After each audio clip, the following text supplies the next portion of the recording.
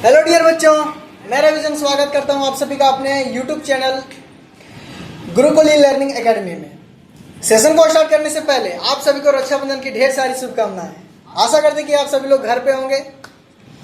ठीक है, आज का समरी है होली, जो कि क्लास 10 का चैप्टर नंबर 9 का आज हम समरी लेकर आए हुए। चलिए समरी को स्टार्ट करते बिना सेशन को देर किए हुए बच्चों, आप सभी से एक रिक्वेस्ट है कि अगर आप हमारे इस चैनल पर नए हैं तो आप इस चैनल को सब्सक्राइब करके रख लें, क्योंकि इस चैनल पर आपको ढेर सारा वीडियो इसी प्रकार का, इतना ही नहीं बल्कि आपको हर एक क्लास का वीडियो यहाँ पे मिल जाएगा और हर एक सब्जेक्ट का आपको वीडियो यहाँ पे मिलेगा। चलिए बिना समय को गवाए हुए हम लोग सेशन को स्टार्ट करते हैं। आज का हमारा सेशन है होली, जो कि one of the most important chapter है क्लास 10 के लिए, क्योंकि इस चैप्टर से सबसे ज्यादा एग्जाम में क्वेश्चन पूछा जाता है और सबसे ज्यादा क्वेश्चन ये होता है कि right the character sketch of Holi. तो अगर आप इस समरी को सुन लेते हैं और इसका अगर एक्सप्लेनेशन को देख लेते हैं तो मुझे नहीं लगता कि आप लोगों का बोर्ड एग्जाम में एक भी क्वेश्चन छूटना चाहिए। चलिए देखते हैं समरी को। सबसे पहले समरी की शुरुआत होती है एक छोटी सी बच्ची से जिसका नाम होता है सुलेखा। लेकिन चैप्टर में कुछ देर बाद कहानी में सुलेखा नाम ना होकर इसका नाम भोली में बदल जाता है। ऐसा इसलिए होता है क्योंकि जब वो बचपन में होती है तो उसका कुछ यानी कि माइंड का जो ब्रेन का जो कुछ हिस्सा होता है वो डैमेज हो जाता है, यानी कि इंजरी हो जाता है, जिसके कारण वह सही से बोल नहीं पाती, यानी कि जब भी कुछ बोलती है तो हकला के बोलती है। ठीक है, और उसका भोलापन के कारण लोग उसे भोली कह के पुकारते हैं। बच्चों, आप सभी को बता देना चाहते हैं कि भोली के पिता का नाम है रामलाल, और रामलाल के टोटल 3 बेटे और 4 बेटियां हैं, जिनमें से भोली जो है वो सबसे यंग गर्ल है। ठीक है, अब जो रामलाल है वो भोली को लेकर हमेशा चिंता में डूबे हुए रहते हैं। चिंता इस बात का होता है कि भोली का शादी होगा तो होगा कैसे। ठीक है, अब भोली के साथ एक और घटना घटित हो जाता है। घटित ये होता है कि जब भोली 7 वर्ष की होती है, ठीक है, मैं जब कितने वर्ष की 7 वर्ष की होती है, तो उसे चिकन पॉक्स नामक एक बीमारी हो जाती है, जिसके कारण उसके पूरे चेहरे पे काला काला धब्बा हो जाता है। और ये धब्बे के कारण वो एकदम बिल्कुल भी मतलब सुंदर दिखती ही नहीं है। और उसके पिता यानी कि रामलाल को बहुत ही अधिक टेंशन हो चुका है कि मेरी बेटी यानी कि भोली का वो शादी कराएंगे तो कैसे करेंगे, क्योंकि कोई लड़का तो इसे पसंद करेगा नहीं। दोस्तों, एक बात और बता देना चाहते हैं कि जो रामलाल है वो तहसीलदार का काम करता है। ठीक है, तो एक दिन क्या होता है कि जब रामलाल अपने गांव से होकर गुजर रहा होता है, तभी किसी व्यक्ति ने उसे कहता है कि रामलाल, तुम अपनी बेटी यानी कि भोली को स्कूल क्यों नहीं भेजते। तहसीलदार यानी कि रामलाल कहता है कि ठीक है, इसके बारे में हम घर जाकर बात करेंगे। घर जाता है, इसके बारे में अपनी पत्नी से बताता है कि क्यों ना हमें भोली को स्कूल भेज देना चाहिए। लेकिन बच्चों, एक चीज बता देना चाहता हूँ कि जो भोली की माँ है और कभी भी किसी बेटी को स्कूल में पढ़ाना चाहती ही नहीं। ऐसा क्यों? तो ऐसा इसलिए क्योंकि उसका मानना था कि अगर हमारी बेटी पढ़ लिख लेगी तो कोई भी लड़का इससे शादी नहीं करेगा। बस इसी कारण बस वो अपनी किसी भी बेटी को पढ़ने नहीं भेजती थी स्कूल। लेकिन फाइनली होता ऐसा है कि भोली को स्कूल भेजने के लिए राजी हो जाती है। ऐसा इसलिए होता है क्योंकि उसे पता है कि भोली से कोई शादी करेगा नहीं, तो कम से कम कुछ पढ़ लिखेंगे। ठीक है, ठीक है। अब भोली स्कूल जाने के लिए तैयार है, पहनती है अपना ड्रेस वगैरह, कॉम वगैरह कर लेती है, तेल वगैरह लगा लेती है बालों में। लेकिन अब भोली के पास एक दुविधा उत्पन्न हो जाती है।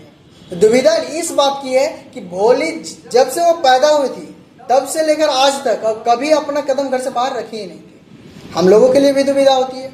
अगर कोई, हम लोग जब शुरुआत में होते छोटे छोटे तो मम्मी पापा के साथ में जाते हैं, लेकिन अगर उस टाइम अगर हम लोगों को बाहर भेज दे अकेला, ठीक है, और मान लेते कि 10 साल आप घर में हैं और 10 साल बाद अगर आपको कोई घर से बाहर निकाल दे अकेला, तो आपको कैसा फील होगा। ठीक उसी प्रकार से भोली को लग रहा था।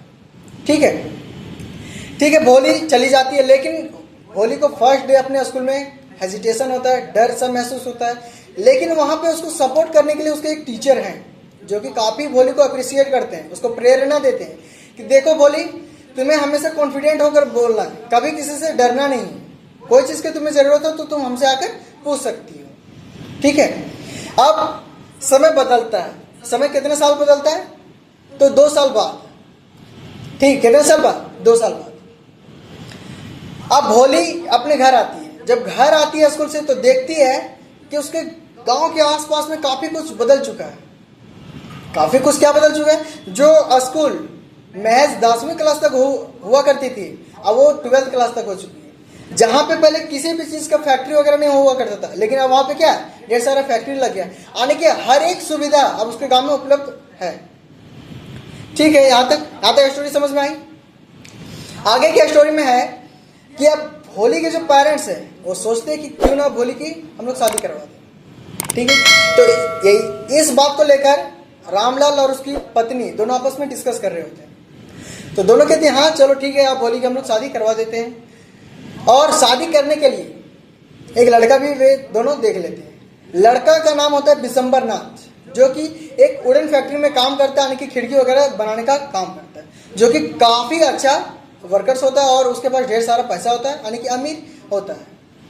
और राम लाल का कहना था, सॉरी बिशंबर नाथ का कहना था कि हम बिना दहेज लिए शादी करने के लिए एग्री है। अब भैया तो बहुत अच्छी बात है, अगर कोई बिना दहेज लिए अगर शादी करना चाहता है तो ये बहुत अच्छी बात है ना। तो इसी बात को लेकर रामलाल भी शादी करने के लिए एग्री हो जाता है कि ठीक है, हम शादी करने के लिए क्या एग्री है। ठीक है, अब जब शादी करने के लिए एग्री हो जाते तो होता कुछ ऐसा है, थोड़ा सा दिक्कत हो जाता है। दिक्कत ये होता है कि जब शादी का दिन आता है तो अचानक से बिशंबर नाथ क्या करता है कि भोली को देख लेता है। अब जब देखता है तो उसको थोड़ा एक झटका सा लगता है। झटका किस बात का लगता है, तो बिशंबर नाथ पहले भोली को तो देखा नहीं था, लेकिन जब भोली को देखता है तो देखता है कि उसके पूरे फेस में क्या है, काला काला धब्बा है। अब वो शादी करने से इनकार करने लगता है। अब जब शादी करने से इनकार करने लगता है तो रामलाल तो पूरा डर जाता है कि भैया अब मेरा इज्जत का क्या होगा। ठीक है, इसी बात से रामलाल डरने लगता है और उसको रिक्वेस्ट करने लगता है कि बिशंबर नाथ तुम ऐसा मत करो, मेरी बेटी के साथ शादी कर लो। ठीक है, अब क्या करता है रामलाल कि शादी के लिए मनाने के लिए बिशंबर नाथ को अपना पगड़ी उठाता है और बिशंबर नाथ के कदमों में रख देता है ताकि तुम शादी के लिए मान जाओ और मेरा इज्जत नीलाम होने से तुम बचा लो। लेकिन बिशंबर नाथ नहीं सुनता है। लेकिन फिर बाद में बिशंबर नाथ शादी के लिए एग्री हो जाता है, लेकिन एक कंडीशन हो जाती है। कंडीशन किस चीज की होती है, तो कंडीशन ये है कि शादी करने के लिए वो डोरी मांग रहा है, यानी कि दहेज मांग रहा है। कितना, 5000 रुपए दहेज के लिए मांग रहा है। ठीक है, अब रामलाल रेडी हो जाता है, दहेज देने के लिए एग्री हो जाता है। लेकिन अब भोली खड़ा होती है और शादी के लिए अब वो इनकार करने लगती है। पहले शादी के लिए इनकार कौन कर रहा था, बिशंबर नाथ कर रहा था, लेकिन अब शादी के लिए इनकार कौन कर रही है, भोली कर रही है। अब जितने भी वहां पे एकत्रित थे, यानी कि मैरिज सेरेमनी में जितने सारे लोग आए थे, सब अचानक से आश्चर्यचकित हो गए कि ये क्या कह रही है। तो कहती है कि वैसा लड़का जो दहेज लेगा उसके साथ में शादी करूंगी, यानी कि जो भोली थी वो दहेज के खिलाफ थी और होना भी चाहिए। ठीक है, अब जब वह खुद शादी नहीं करना चाहती है तो शादी तो टूट गई है, सभी लोग घर जाने लगते हैं। जाने के अब सभी लोग घर निकल नहीं रहे थे। अब जो भोली के पिता यानी कि रामलाल है वो पूरा चिंता में है। चिंता इस बात से है कि अब मेरी बेटी से शादी कौन करेगा। ठीक है, क्योंकि वो देखने में उतनी सुंदर है नहीं। ठीक है, इसी कारण से अब वो बोल रहा है अपने मन में और बेटी को भी बता रहा है कि तुमने ये अच्छा नहीं किया भोली, तुम्हें शायद शादी कर लेनी चाहिए। ठीक है, अब तुमसे शादी कौन करेगा और तुम क्या करोगे पूरा जीवन भर। तो भोली रिप्लाई करती है अपने पापा से कि पापा मैं आपके बुढ़ापे का सहारा बनूंगी। बहुत ही अच्छी बात कहती है कि पापा मैं आपके बुढ़ापे का सहारा बनूंगी।